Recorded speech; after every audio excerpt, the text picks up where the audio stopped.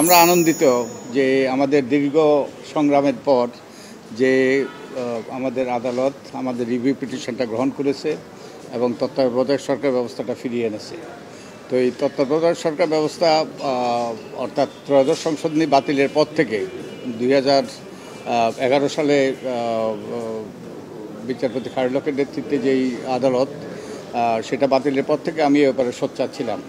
আমি বহু লেখালেখি করেছি, একটা বইও লিখেছি। আপনারা জানেন যে এটা একটা যে অসাংবিধানিক রায় ছিল, এটা ত্রুটিপূর্ণ রায় ছিল এবং এর পরবর্তী যে পঞ্চদশ সংশোধনী পাশ করা হয়েছে সেটার ব্যাপারে আমি প্রথম বলেছিলাম যে ওটা ওই যে both legitimacy and legality was questionable 2013 সালে বলেছিলাম।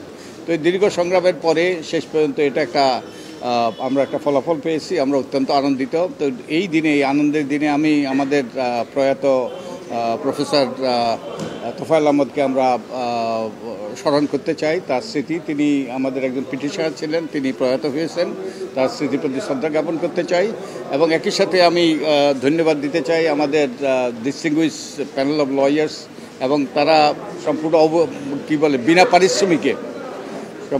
পারিশ্রমিকে এই কাজটা করেছেন দেশের স্বার্থে, মানুষের কল্যাণে।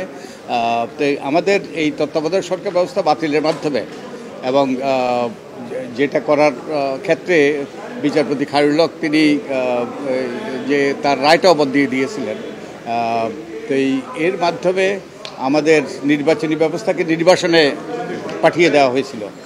আমাদের এই তত্ত্বাবধায়ক সরকার ব্যবস্থা বাতিলের মাধ্যমে নির্বাচন ব্যবস্থাকে নির্বাসনে পাঠিয়ে দেওয়া হয়েছিল, যার ফলে তিনটি নির্বাচন আমাদের বিতর্কিত নির্বাচন হয়েছে, জালিয়াতি নির্বাচন হয়েছে। তো আমরা আশা করি তার অবসান ঘটবে। আমরা ভবিষ্যতে এর মাধ্যমে এই রিভিউ পিটিশন গ্রহণের মাধ্যমে আমাদের সুষ্ঠু নিরপেক্ষ নির্বাচনের পথ সুগম হবে।